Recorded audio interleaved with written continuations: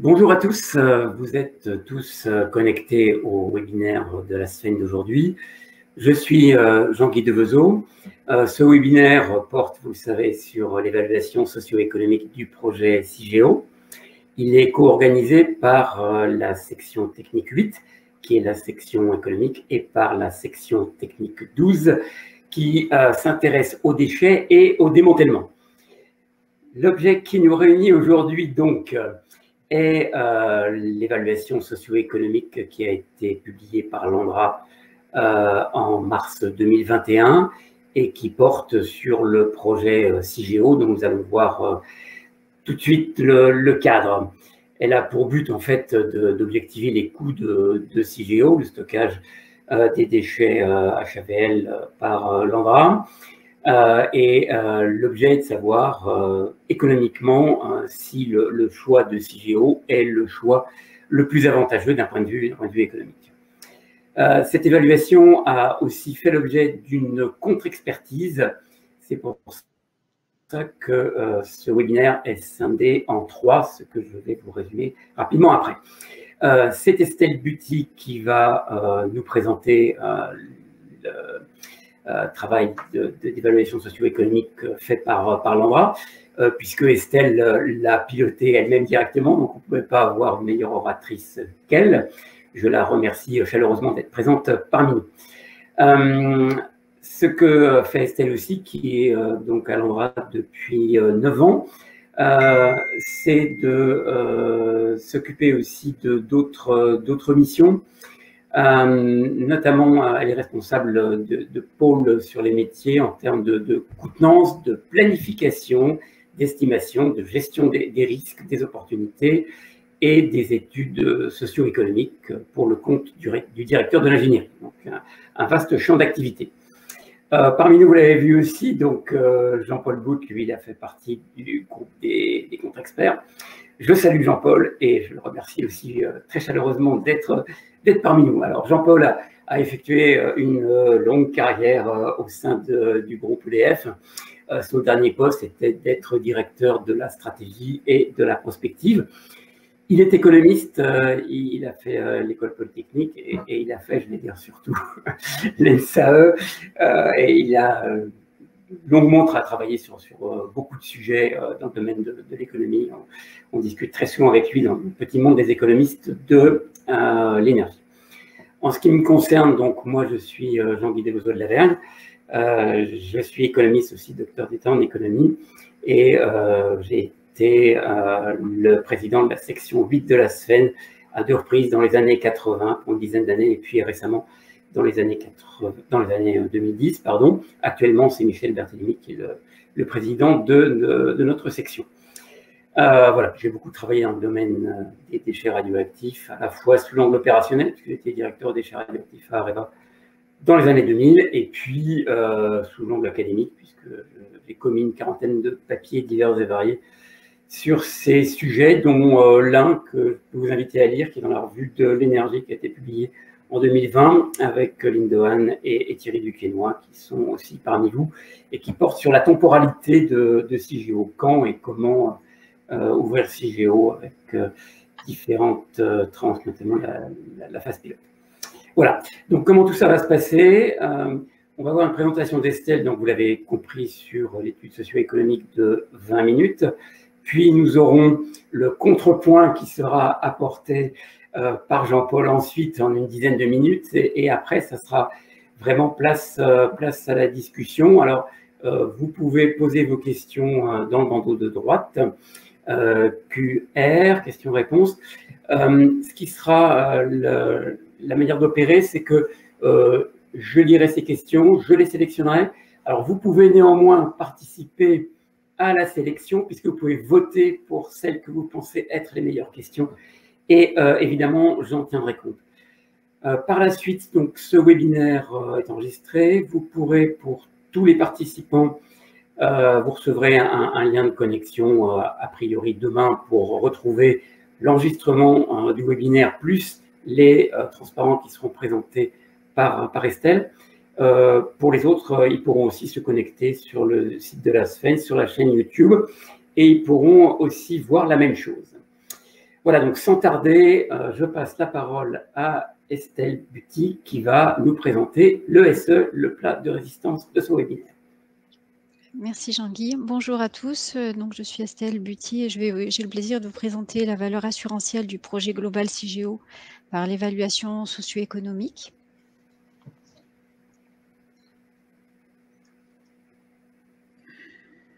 Un mot déjà pour décrire un petit peu le contexte de cette étude. Où nous avons initié cette démarche par un panorama international des différents modes de gestion envisagés sur l'équivalent de 13 pays au sujet des déchets radioactifs de haute activité, de moyenne activité à vie longue et ou les équivalents, notamment en combustible usé. De ce panorama international et historique, le stockage en couche géologique profonde apparaît comme le concept étudié et surtout le mode de gestion qui a émergé au cours de l'histoire comme la solution qui fait consensus sur le plan international. Un autre concept est celui de l'entreposage de longue durée qui apparaît surtout comme une solution de gestion temporaire. Et également d'autres technologies dites prospectives, comme la séparation-transmutation, qui est plutôt envisagée pour optimiser le volume des déchets radioactifs, mais aussi il peut influer sur le niveau et la durée de leur radioactivité. C'est toutefois une technologie prospective qui ne permet pas de s'affranchir d'un mode de gestion définitif.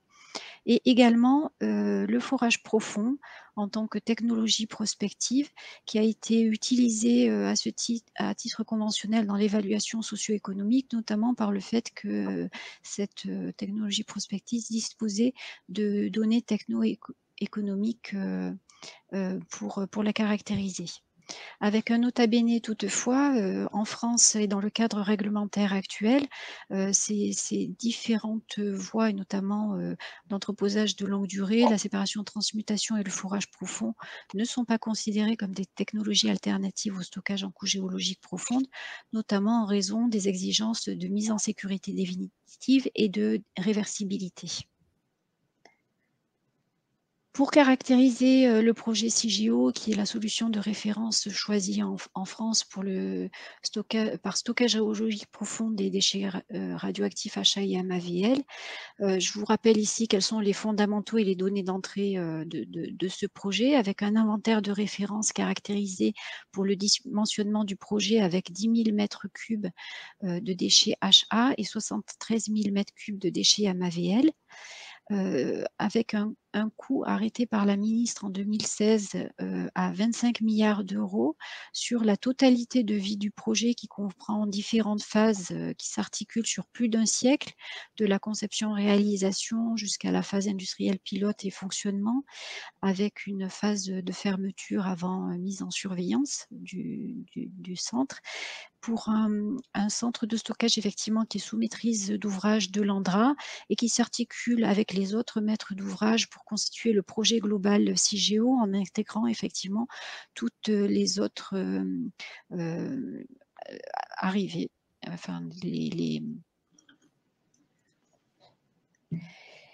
En tant que grand projet, donc le projet CIGEO a dû établir une évaluation économique et sociale qui est requise par la loi de 2012 et son décret de 2013.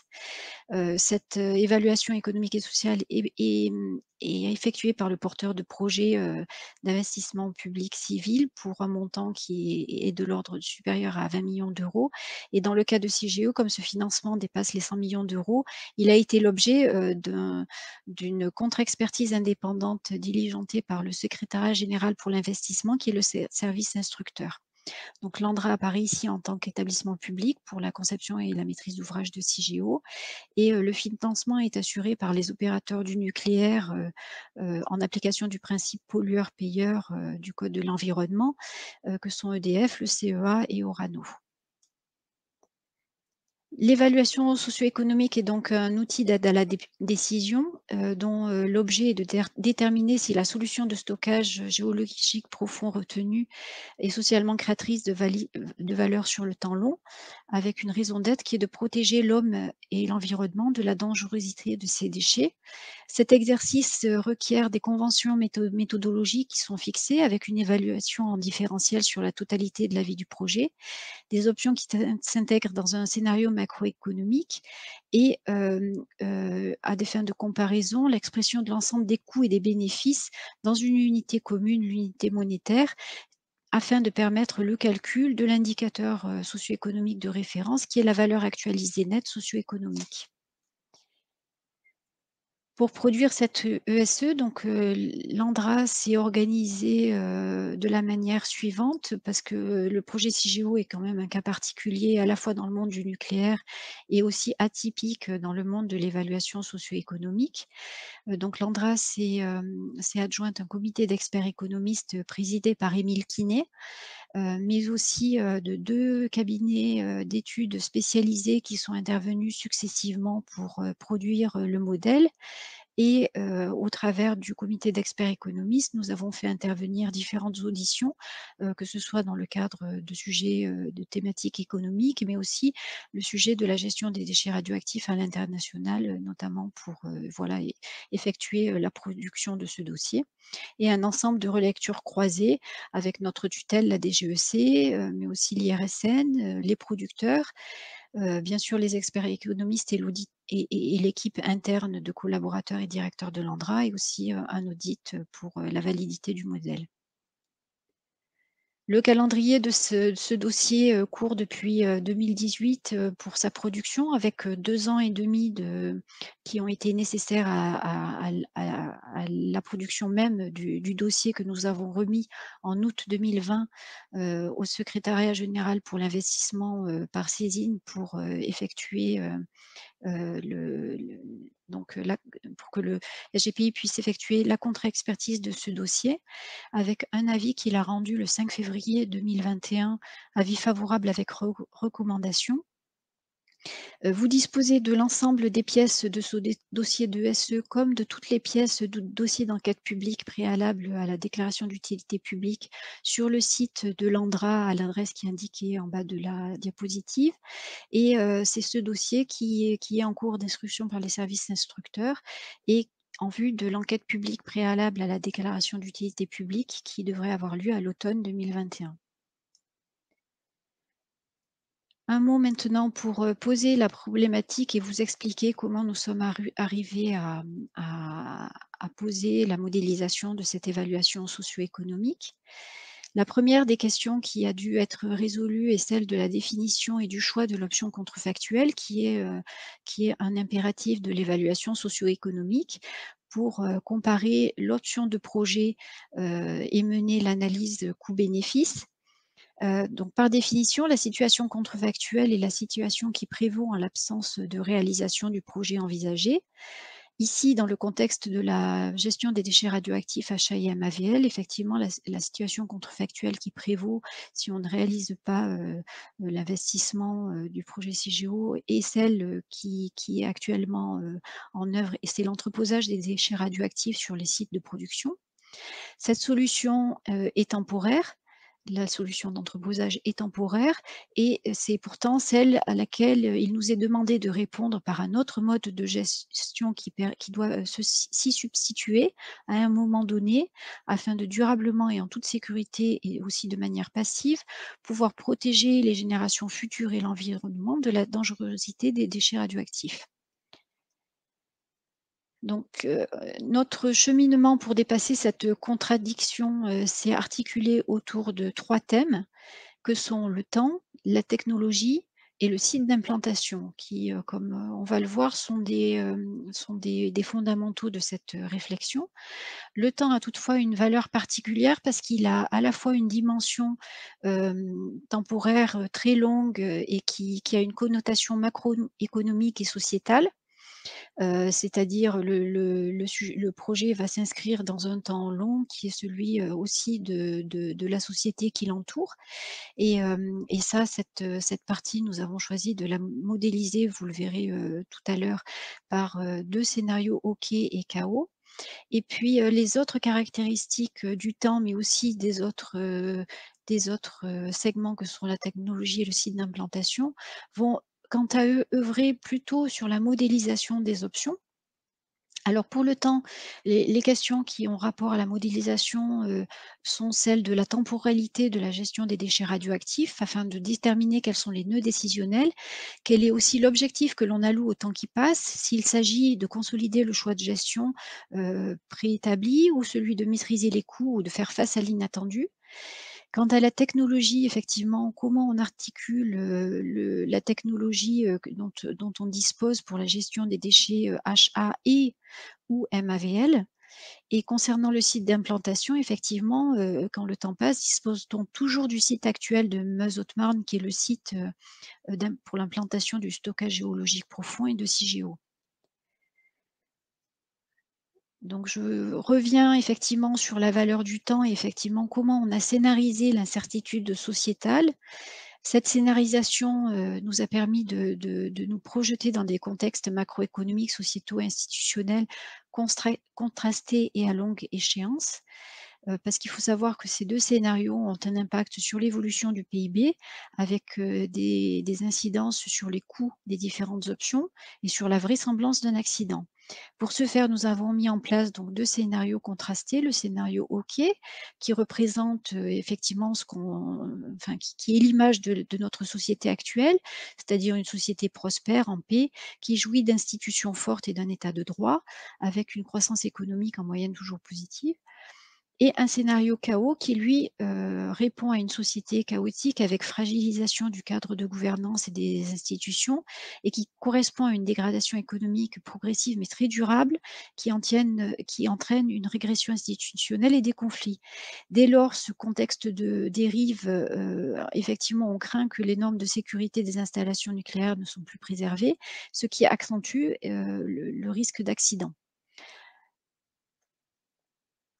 Et donc, nous avons, imaginé aussi des options, qui vont nous permettre de faire des évaluations en différentiel, donc qui vont, intégrer, ce contexte macroéconomique et au travers de diverses options au nombre de 4, et agrémentées d'une option contrefactuelle qui est la variante de l'option 4. Donc, notre option qui représente le centre de stockage tel que prévu par l'ANDRA en réponse à la loi est effectivement notre option de projet, appelée option de projet 1. Et pour modéliser différentes, alternatives, au déroulement de ce projet de stockage géologique profond, on a imaginé aussi des options 2 et 3 qui, elles, viennent, effectivement, engager la réalisation du centre de stockage, sur le site de Meuse-Haute-Marne avec un déroulement, partiel et parallèlement des efforts de recherche et développement. Alors pour l'option 2 qui concerne uniquement les déchets achats et pour l'option 3 qui concerne à la fois, les déchets achats et les déchets MAVL, de manière à évaluer un petit peu comment, le déroulement peut, heu, peut se faire si c'est pas la voie, de l'option de projet 1 qui est réalisée. Concernant l'option 4, je vais la détailler dans un zoom ci-après. Effectivement, cette option, de projet 4, elle repose sur des hypothèses, qui sont un peu plus poussées que les options 2 et 3 dans le sens où, on n'intervient pas sur le site de Meuse-Haute-Marne. Il n'y a absolument aucune dépense de construction du centre de stockage, CIGEO sur, le site de Meuse-Haute-Marne, ni de phase industrielle pilote et ce qui permet de modéliser un risque de perte du site d'envisager dès à présent le décalage du stockage des MAVL, des couliers MAVL, de l'ordre de 30 ans.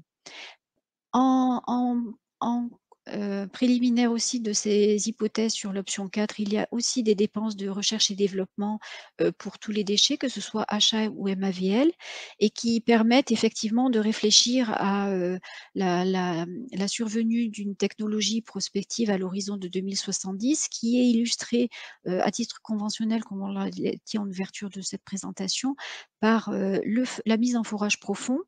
Et concernant les MAVL, cette illustration technologique de technologie prospective se fait par des technologies de pré-traitement des colis via un processus de densification avant une mise en forage profond. En termes d'hypothèse, dans cette option 4, il y a aussi des dépenses pour le maintien du site et le maintien des compétences.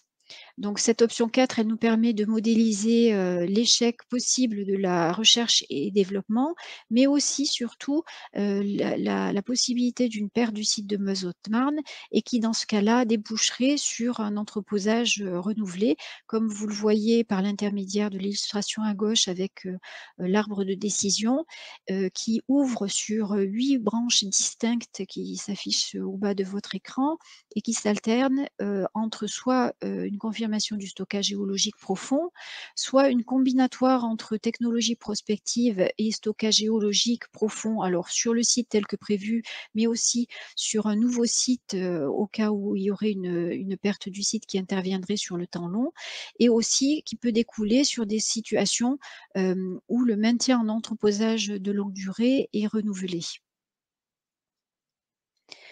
Et la possibilité de voir effectivement cet entreposage de longue durée renouvelé nous a fait pousser effectivement la modélisation encore plus loin en allant imaginer cette variante de l'option 4 qui, elle, représente effectivement un choix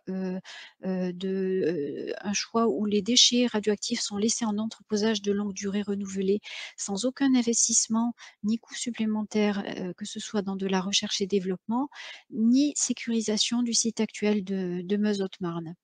Et donc cela permet de voir qu'en l'absence de solutions alternatives, soit par échec des technologies prospectives et ou perte du site actuel de Meuse-Haute-Marne, la boucle de l'entreposage est sans fin. Cette variante de l'option 4, effectivement, bien que s'avère contraire à l'esprit de la loi de 2006, puisque ça revient à modéliser l'abandon dès à présent d'une mise en sécurité définitive des déchets radioactifs.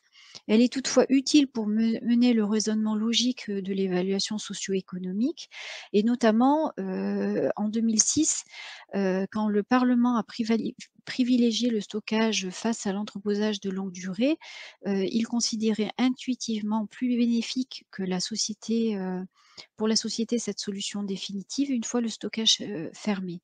Donc en d'autres termes, c'est comme si le Parlement a fait le choix d'attribuer. Donc le Parlement, par contre, en 2006, a fait le choix d'attribuer à cette solution de stockage géologique profond une caractéristique qui est de l'entreposage, qui est le fait que qui consiste en la réversibilité. Et donc le Parlement a donc intuitivement estimé que la valeur, par le choix de cette solution définitive, il a intuitivement estimé que la valeur du stockage réversible est au moins supérieure ou égale à la valeur de l'entreposage de longue durée. Et c'est l'intérêt ici de l'évaluation socio-économique qui a été de monétiser en fait ce différentiel entre l'option de projet 1 et sa variante de l'option 4 pour appréhender la valeur assurantielle du projet de stockage géologique profond CIGEO. Quelques mots sur les conclusions de l'évaluation socio-économique. Donc l'option de projet 1 est plus avantageuse dans tous les cas face aux options de projet 2 et 3 qui, je vous le rappelle, mettaient en scène donc un début de construction et de phase industrielle pilote sur le site de Meuse-Haute-Marne avec en parallèle une réflexion par de la R&D sur d'autres solutions de gestion. Donc, dans ces cas-là, et quel que soit le scénario et le taux d'actualisation, donc c'est toujours l'option de projet 1 qui ressort plus avantageuse. L'option de projet 1 ressort aussi comme plus avantageuse face à l'option de projet l'option 4 en scénario KO, et ce, quel que soit le taux d'actualisation retenu, et également en scénario OK dès lors que le taux d'actualisation est faible. En fait, on se rend compte que l'option 4 domine l'option de projet 1 uniquement en scénario OK, avec 2 taux d'actualisation caractéristiques qui sont les taux d'actualisation intermédiaires et élevés. Ceci nous mène effectivement à pouvoir étudier le bénéfice assurantiel en fonction du taux d'actualisation et de la probabilité de survenue du scénario KO, et notamment avec un taux d'actualisation intermédiaire et une probabilité de survenue du scénario KO de l'ordre de 10%. On estime ce bénéfice assurantiel pivot à près de 8 milliards d'euros, ce qui, rapporté à la population française, représente une somme d'une centaine d'euros par habitant en un seul versement. Cela nous permet d'évaluer en fait une disposition à payer par rapport à ce bénéfice assurantiel pivot, et dès lors que cette disposition à payer est effectivement supérieure à cette valeur assurantielle pivot, le choix de réaliser le centre de stockage CIGEO apparaît comme le choix le plus favorable, et ce, quelles que soient les configurations du modèle, que ce soit de scénario ou que ce soit de taux d'actualisation. Si au contraire la disposition à payer est inférieure à cette valeur assurantielle pivot, alors le centre de stockage CIGEO est la décision la plus favorable, comme on l'a vu dans 4 cas sur 6, c'est-à-dire en scénario KO, quel que soit le taux d'actualisation, ou en scénario OK avec un taux d'actualisation bas. Donc, les conclusions de l'évaluation socio-économique, il ressort de cette analyse que l'entreposage sans cesse renouvelé est intéressant dans le cas d'une société à fonctionnement normal avec un taux d'actualisation relativement élevé, mais dès lors que l'on envisage la possibilité d'une baisse du taux d'actualisation au sein de cette société, ou le cas d'une société chaotique, l'analyse montre que CIGEO constitue le scénario le plus intéressant, traduisant ainsi une attention forte pour les générations futures. Donc, si l'on résume en d'autres termes, l'entreposage de longue durée ne l'emporte sur le projet CIGEO qu'à condition d'être résolument optimiste dans l'avenir et sur un horizon assez long, et ou peu attentif aux générations futures, et ce en excluant tout basculement sociopolitique vers une société plus chaotique. Et dès lors, CIGEO constitue ainsi, si on l'engage dès à présent, il constitue une forme d'assurance face à un risque de dégradation de la société à l'horizon de 150 ans. Voilà, j'en ai fini pour cette présentation. Je vous remercie de votre attention et je laisse la place à la parole pour Jean-Paul. Ok, merci beaucoup Estelle, merci beaucoup Jean-Guy. Donc bonjour à tous et à toutes. Donc je vais essayer d'aller vite et donc de tout de suite rentrer dans les quelques points sur lesquels nous avons eu des écarts dans la contre-expertise par rapport à ce que vient de présenter Estelle, pour qu'on puisse avoir une discussion intéressante sur tous ces sujets qui sont vraiment passionnants. Donc en 2 mots, au fond, la conclusion de la contre-expertise rejoint la conclusion de l'étude socio-économique sur l'intérêt de CIGEO et sur une valeur assurantielle à CIGEO à très long terme, mais avec un cheminement différent. Et donc, au fond, il y a 2 écarts sur lesquels je veux revenir, 2 points sur les raisonnements qui sont tenus dans la contre-expertise par rapport à ceux de l'étude socio-économique. Et puis, dans la contre-expertise, là, j'aurai sans doute pas le temps de les développer, mais on pourra revenir dans la discussion. On a développé 2 autres points qui ne sont pas abordés dans l'étude socio-économique et qui nous paraissent importants, compte tenu d'un sujet aussi important et aussi particulier que celui de CIGEO, qui tourne autour, d'un côté, des conditions de réussite du projet, dans sa mise en œuvre opérationnelle, et derrière la qualité de la gouvernance publique pour que ce projet aboutisse dans les 100 ans qui viennent. Et donc, ça fait partie de l'analyse pour nous de l'intérêt du projet. Et puis, le dernier point, qui est plutôt une ouverture sur notre capacité collective à replacer la question des déchets nucléaires et des générations futures dans la problématique plus générale de ce que nous laissons comme risque et opportunité aux générations futures proches et lointaines. Il n'y a pas que les déchets nucléaires, et donc il faut vérifier que la cohérence de nos actions et de nos investissements aujourd'hui est assurée entre, d'un côté, des risques comme les déchets industriels toxiques, les déchets nucléaires, et de l'autre, des enjeux globaux qui sont liés d'ailleurs au scénario OK et KO qu'a esquissé et qu'a évoqué Estelle, qui tournent autour des risques globaux l'évolution du climat, la biodiversité, etc. Voilà. Donc, je reviens tout de suite sur les deux premiers points, qui sont deux écarts sur le cheminement du raisonnement, au fond, concernant CIGEO. Le premier point, donc je vais revenir sur quelles sont les alternatives techniques à CIGEO, le contrefactuel dont parlait Estelle. Et il nous a semblé effectivement que dans, disons, les trois quarts, ou plus des trois quarts de l'étude, ce contrefactuel, et on reste, pour l'étude du contrefactuel, dans le cadre des solutions pérennes. Pérennes, j'entends, qui ne laissent pas aux générations futures un rôle actif, comme c'est le cas pour l'entreposage de longue durée, donc des solutions pérennes. Et dans ces solutions pérennes alternatives à CIGEO, c'est centré sur, et c'est une solution tout à fait intéressante, examinée par nos amis du MIT depuis de nombreuses années, et qui a repris, je dirais, une nouvelle santé avec les progrès qui ont été faits par nos amis gaziers et pétroliers sur le forage à très grande profondeur, à 3000, 4000 mètres de profondeur, c'est le deep borehole, le stockage très profond. Et donc c'est ça, la solution pérenne alternative à CIGEO, qui est, disons, pour vraiment une bonne part, complètement dans les options 2 et 3 qu'a évoqué Estelle, et qui est, je dirais, la philosophie générale de l'option 4. Alors, il nous a semblé que c'était tout à fait intéressant, mais que, d'une certaine manière, on pouvait aller plus vite pour l'éliminer au stade actuel. Pourquoi? Parce que là, je vais revenir sur les ordres de grandeur des coûts.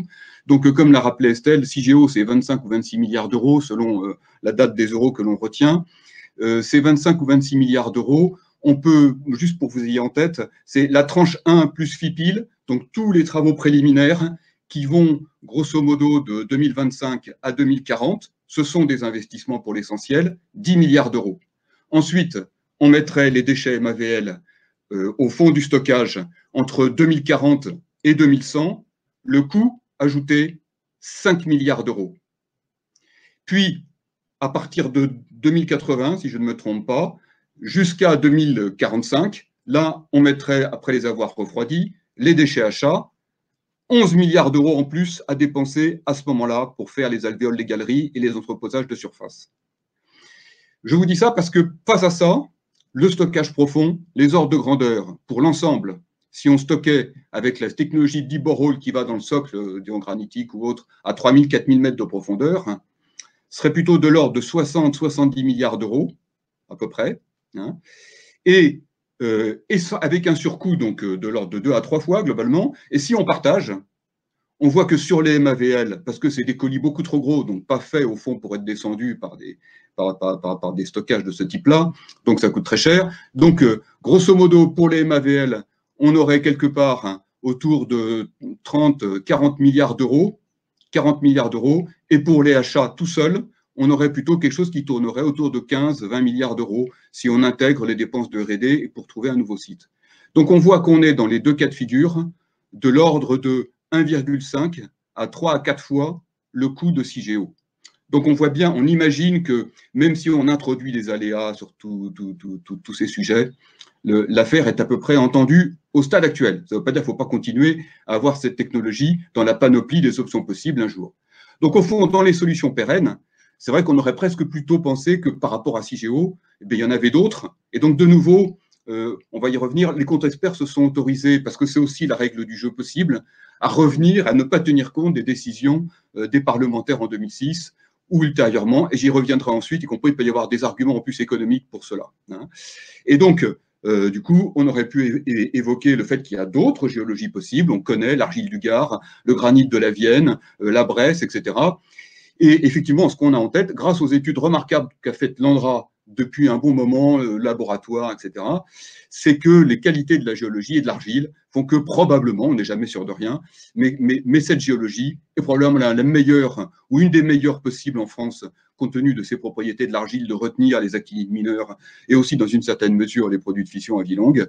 Et donc voilà, donc on a des éléments pour dire que c'est dans les solutions pérennes la meilleure. Du coup, une fois qu'on a dit ça, effectivement, ce qu'il reste, c'est l'entreposage de longue durée. C'est de s'assurer que cette solution pérenne, qui a effectivement ses qualités, quelle est sa situation face à l'entreposage de longue durée.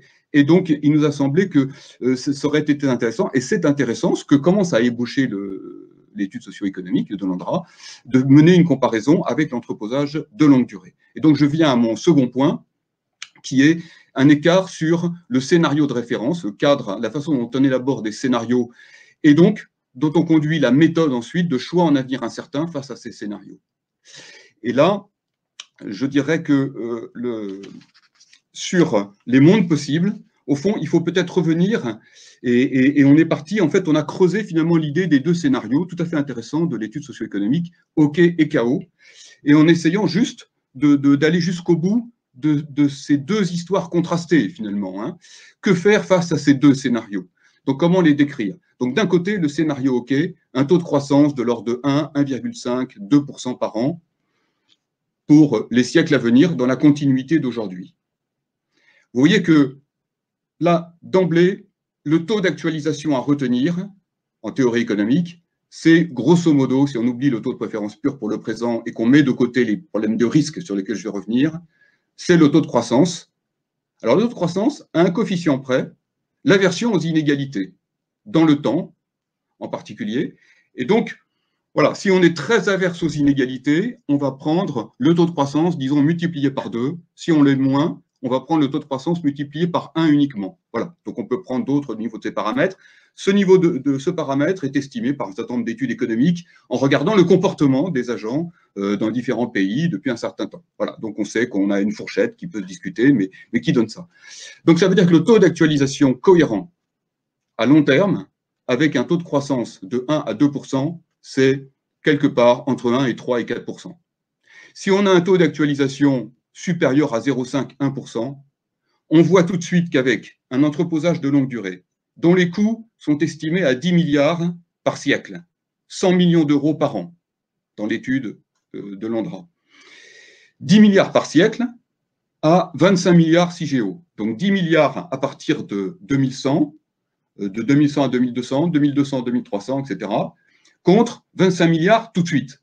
Là, il n'y a pas photo, il ne faut pas faire CIGEO, il faut faire l'entreposage de longue durée dans un scénario du type OK. Voilà, c'est plié, c'est massif.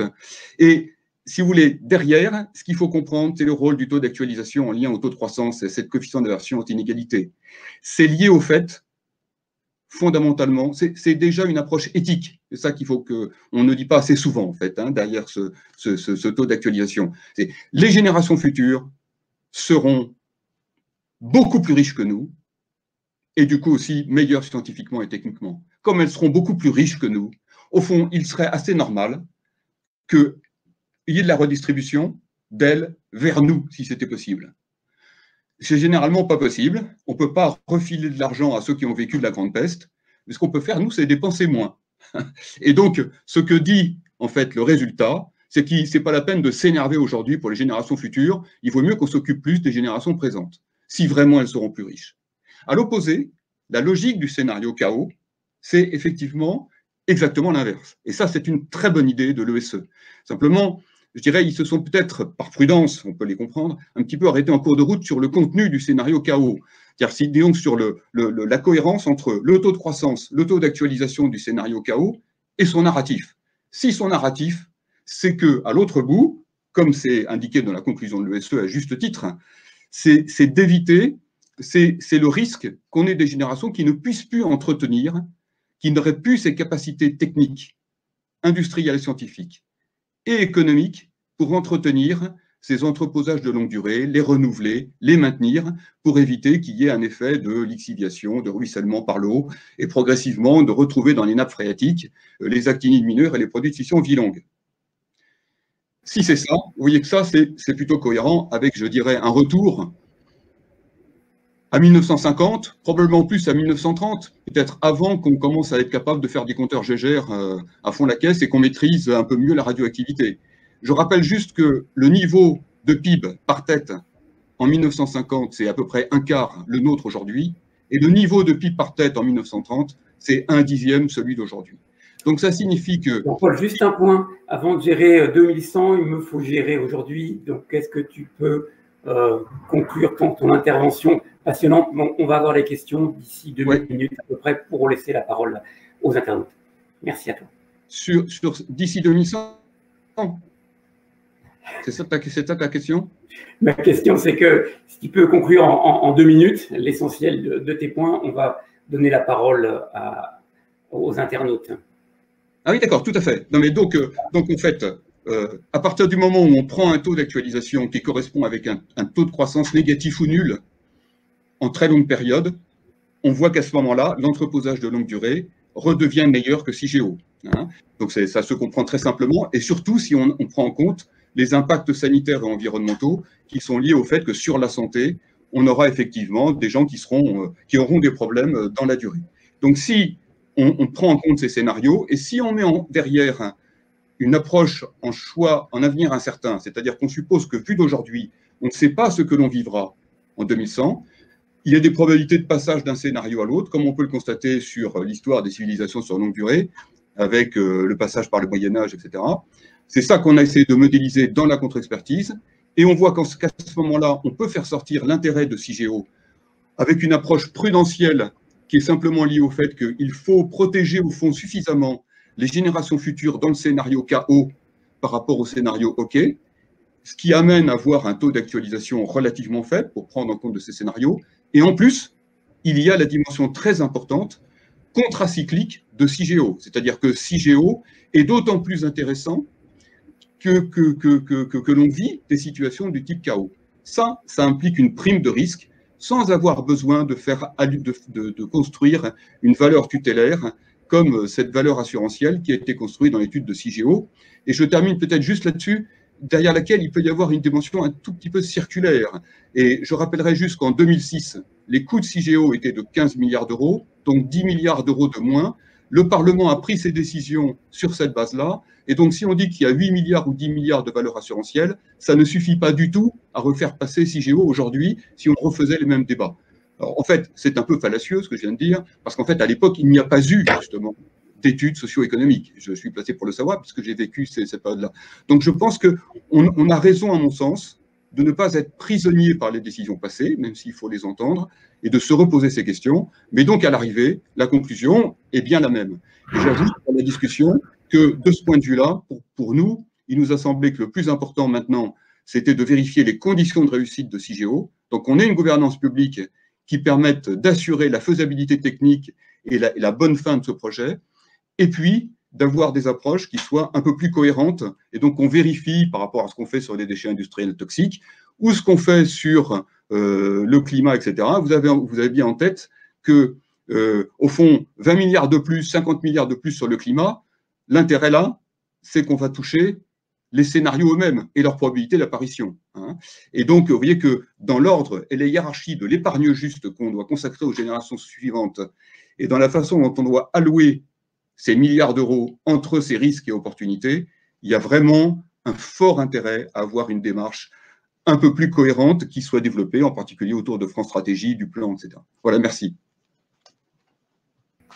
Merci beaucoup, Jean-Paul, pour ces éclaircissements. On voit effectivement qu'on a pas mal progressé depuis la période de 2006 et qu'on a pu mettre des approches économiques alors qui elles-mêmes sont nimbées de beaucoup d'incertitudes. Les résultats, on ne peut pas les prendre avec une très grande précision, mais ils donnent des indications. Et il y a un progrès assez net par rapport à ce qu'Estelle a appelé l'intuition en fait, des parlementaires en 2006, qui ont fait des choix sans effectivement être alimentés par des calculs précis. Un point aussi qui me paraît très important, qui est le suivant, on le voit dans l'article que j'évoquais et la thèse de Lindoran, c'est qu'en fait, l'ANDRA démarre, j'espère, va démarrer son stockage par les MAVL, alors qu'on voit bien que les achats vont arriver très longtemps après pour des raisons de refroidissement, à part les achats froids, mais qui ne sont pas très importants. Et donc, on voit aussi que du point de vue industriel, si on était dans un monde parfait, on optimiserait le site sur une durée beaucoup plus courte et on ferait de la coactivité et on stockerait les achats et les MAVL en même temps. Et donc, on démarrerait tout ça nettement plus tard. Tout ça veut dire que toutes ces approches économiques qui sont là derrière montrent en fait l'intérêt de ne pas être complètement à l'optimum industriel, mais de privilégier en fait une action relativement rapide pour des raisons qui sont des raisons politiques avec des fondements qui ont été montrés par Estelle en termes économiques. Donc le dossier me semble quand même gagner aujourd'hui beaucoup en solidité. Il y a donc un certain nombre de questions. Il y en a une qui me paraît tout à fait intéressante, mais les autres le sont aussi, qui concerne la vision qu'un certain nombre de mouvements écologistes professent, qui est celle d'une décroissance de l'économie. Ça a été un tout petit peu évoqué par Jean-Paul. Je me tourne vers Estelle. Qu'est-ce que vous en pensez, Estelle? Si on se met dans un monde dans lequel on a vraiment du super chaos, c'est-à-dire vraiment de la régression économique, mais volontaire, la régression dans le désordre, dans l'ordre, de la décroissance dans l'ordre, qu'est-ce que vous pensez des conclusions de l'étude de l'ANDRA dans ce cas-là pour l'intérêt de CIGEO? Alors, on n'a pas le son.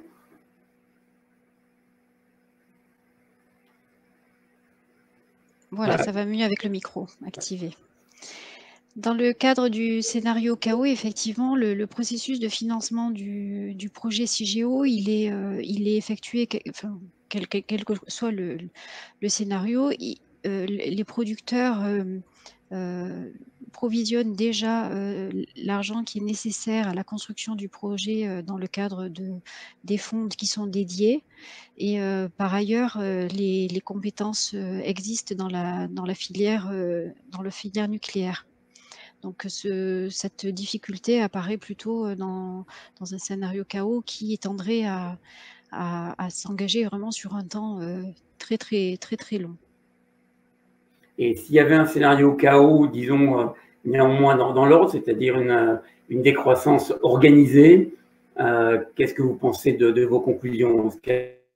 Dans le scénario OK, disons, là, vous restez dans le scénario OK. En fait, les hypothèses sont que les institutions sont suffisamment fortes. Donc, en fait, tout le dispositif de financement et de provisionnement qui est établi resterait cohérent. Oui, mais inversement, ce qui pourrait se passer, c'est qu'à partir du moment où on est en situation de décroissance, comme il y a un lien direct qui a été rappelé par Jean-Paul entre les choix de taux d'actualisation et les taux de croissance effectifs, à ce moment-là, on aurait des taux d'actualisation encore plus bas. Et donc, ça pourrait en quelque sorte modifier les calculs. Et en fait, ça... Dans ce cas-là, effectivement, on reste dans le scénario OK, mais c'est le taux d'actualisation, ça passe par l'intermédiaire du taux d'actualisation qui revient à un niveau plus bas. Et dans ce cas-là, les conclusions de l'ESE prônent toujours pour le projet CIGEO.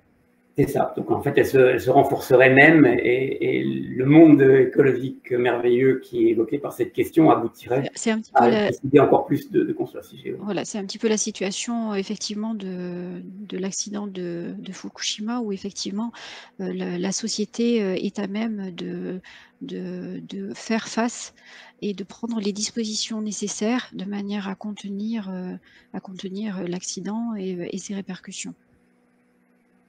Alors, il y a une autre question aussi qui est aussi pour vous, Estelle, qui porte sur en fait l'inventaire de CIGEO et notamment l'idée selon laquelle on pourrait mettre les FAVL, certains des FAVL, soit en les prenant à peu près tels quels, soit en les modifiant de manière importante.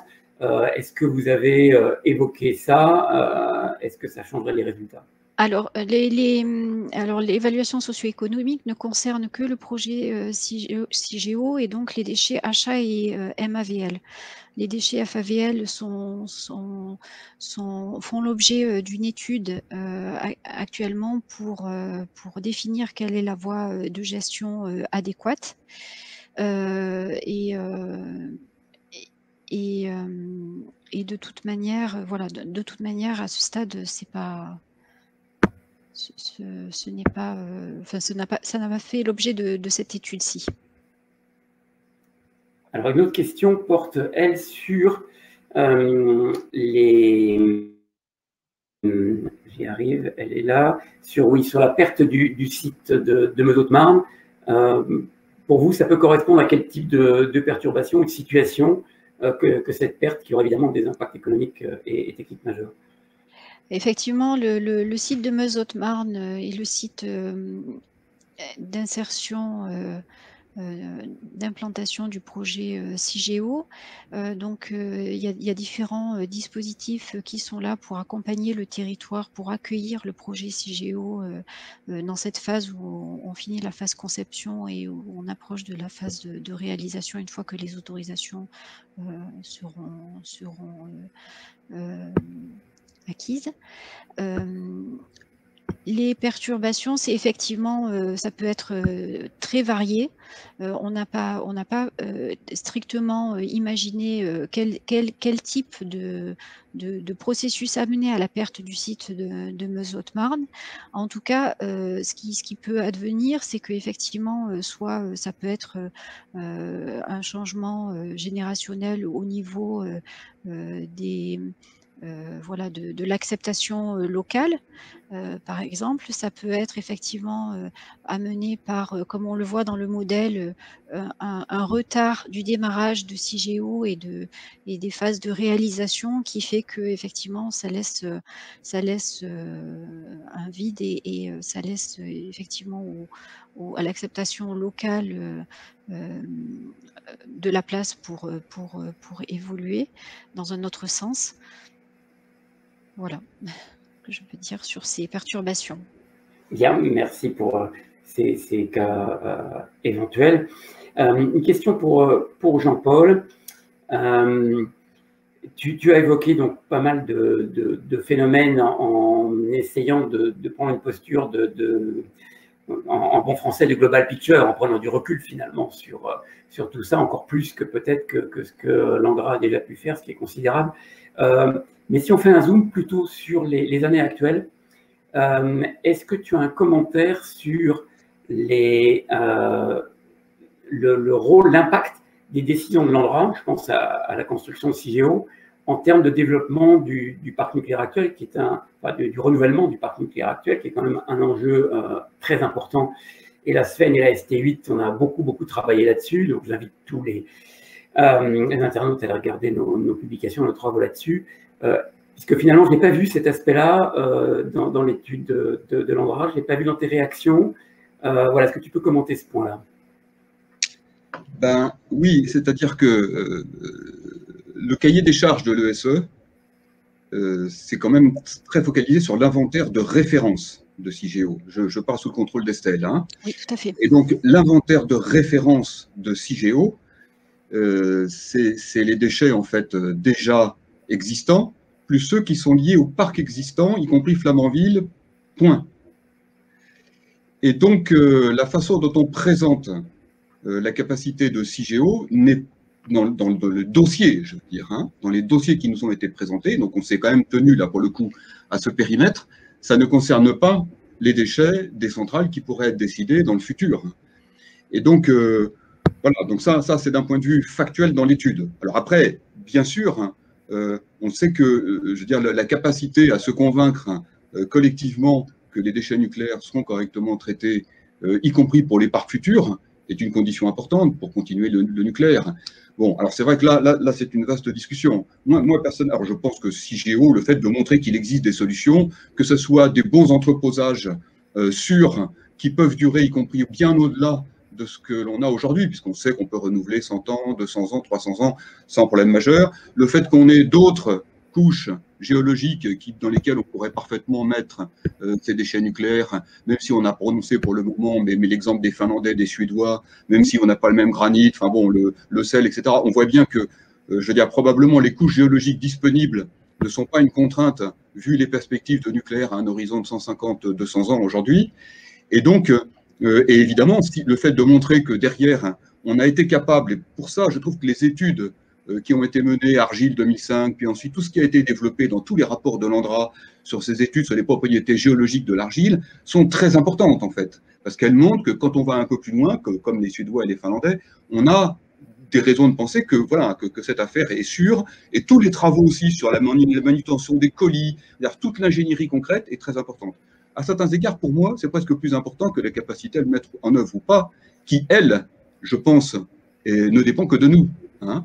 Et je dis, il n'y a aucune raison de ne pas y arriver, sauf si on fait exprès de ne pas y arriver, alors ce qu'on est capable de faire parfois. Et donc, j'en profite pour dire de ce point de vue-là que, je veux dire, sur le plan éthique, on n'aura pas eu le temps d'en parler beaucoup, je renvoie aux travaux de la Contrepartie qui sont accessibles publiquement hein, sur le site de Landra, sans aucun problème. Allez regarder dans le paragraphe 4.3 où on a esquissé un certain nombre de raisonnements.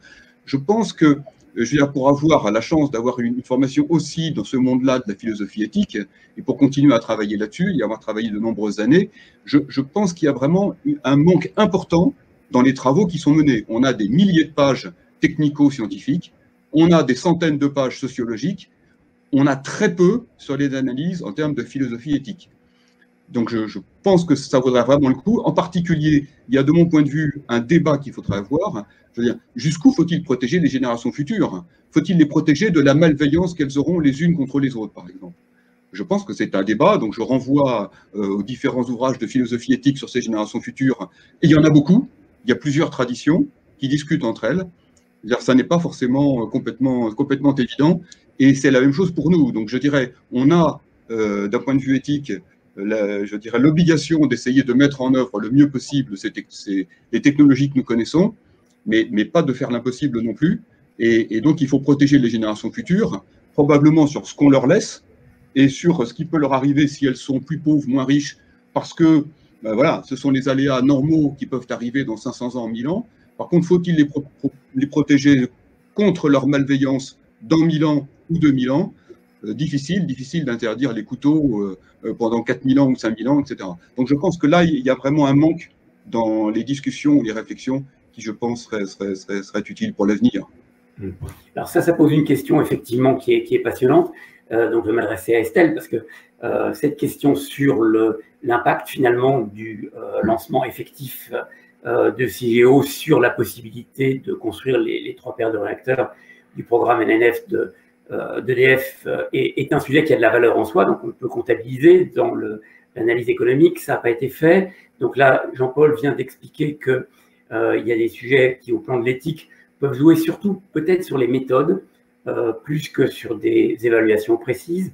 Ce qu'on constate, c'est qu'il y a un progrès significatif qui a été fait par l'ANDRA pour expliquer, selon l'économique, finalement, quelle était la valeur de CIGEO. Estelle, qu'est-ce que vous pensez aujourd'hui de ce qui peut se passer dans les années qui viennent? Est-ce que vous pensez qu'il va encore y avoir des progrès méthodologiques importants qui vont pouvoir donner lieu à d'autres travaux qui, éventuellement, pourraient remettre en cause les résultats qui ont été acquis jusqu'à maintenant? Ou est-ce que vous pensez qu'aujourd'hui, on a quand même creusé très large, qu'avec justement l'intervention de beaucoup d'experts, de la contre-expertise, finalement, on est aujourd'hui à peu près à un point d'équilibre et qu'on peut considérer vraiment que les résultats actuellement acquis seront robustes dans la durée? Mais les résultats acquis, en tout cas, c'est que effectivement, on a introduit au sein du projet CIGEO une manière de raisonner qui est vraiment socio-économique, et c'est une approche nouvelle, bien que requise par la loi. C'était quand même un exercice inédit, et maintenant c'est vraiment une compétence à part entière qui fait partie du projet. Par ailleurs, on voit effectivement que si on a traité uniquement la question de l'inventaire de référence, c'est en lien effectivement avec le processus réglementaire et aussi avec la maturité des autres questions sur les inventaires de réserve qui sont en cours d'élaboration. Donc dès que la maturité sur les inventaires de réserve sera suffisamment aboutie, ça pourra faire l'objet effectivement d'un questionnement par l'outil d'évaluation socio-économique, mais ça c'est pas que on n'a pas voulu le faire, c'est simplement que voilà, la discussion est à venir. Concernant les résultats actuels, on sait que le groupe d'experts chargé de la détermination du taux d'actualisation au niveau de France Stratégie est en cours de réflexion, et que, en tout cas, les référentiels et les valeurs tutélaires s'orientent vers une baisse des taux d'actualisation qui correspondent, nous, dans notre étude, au taux d'actualisation haut. Donc, de toute manière, effectivement, comme nous avons évalué les 3 taux haut, intermédiaire et bas, on est encadré par cette démarche, et ça ne peut que renforcer les résultats de l'étude. Au plan économique, l'étude, effectivement, a des hypothèses qui sont assez largement réparties et qui, comme vous l'avez montré, donnent pratiquement dans l'ensemble des cas des résultats qui sont les mêmes. Donc ça contribue effectivement à lui donner de la robustesse. On va s'arrêter après une dernière question pour vous, Estelle.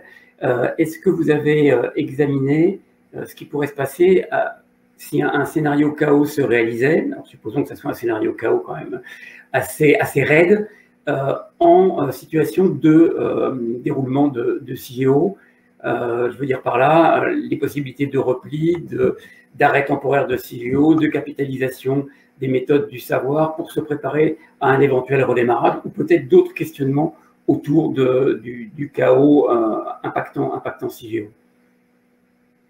Alors en fait, on a regardé le scénario chaos, on a regardé comment chacune, vous avez vu dans une des diapos, il y avait une illustration des différentes branches individuelles qui apparaissaient pour l'option 4, et ce type de branche individuelle apparaissait pour les options 2, 3 et aussi bien sûr la variante de l'option 4. Et en fait, on a regardé quelle est la résistance de chacune de ces branches par rapport sur l'ensemble des siècles, par rapport au dispositif de résistance à l'accident. Et en fait, il s'avère que les branches qui mènent à une solution pérenne, qui sont soit un stockage géologique, donc qui découle sur une mise en sécurité définitive, soit stockage géologique, soit les technologies prospectives de forage profond, arrivent toujours au fil, une fois qu'elles sont fermées, elles arrivent à apporter cette solution de sécurité passive, et que la seule finalement qui reste avec un risque ouvert et constant dans le temps, c'est l'entreposage de longue durée, puisque perpétuellement il est nécessaire de déconstruire les entreposages pour déplacer les colis entreposés vers des nouvelles structures qui ont fait l'objet d'une jouvence ou d'une construction, et de manière à assurer le temps à l'échelle d'un siècle, la continuité de cet entreposage de longue durée. Et donc c'est cette voie-là en fait qui paraît la plus fragile au vu des différentes technologies proposées, puisque c'est la seule dont on n'arrive pas à passer à un mode passif, et qui nécessite donc toujours une action humaine à la fois pour son entretien et son renouvellement, mais aussi sa sûreté même après fermeture. Merci pour cette réponse très claire. Donc maintenant, c'est l'heure de terminer ce webinaire.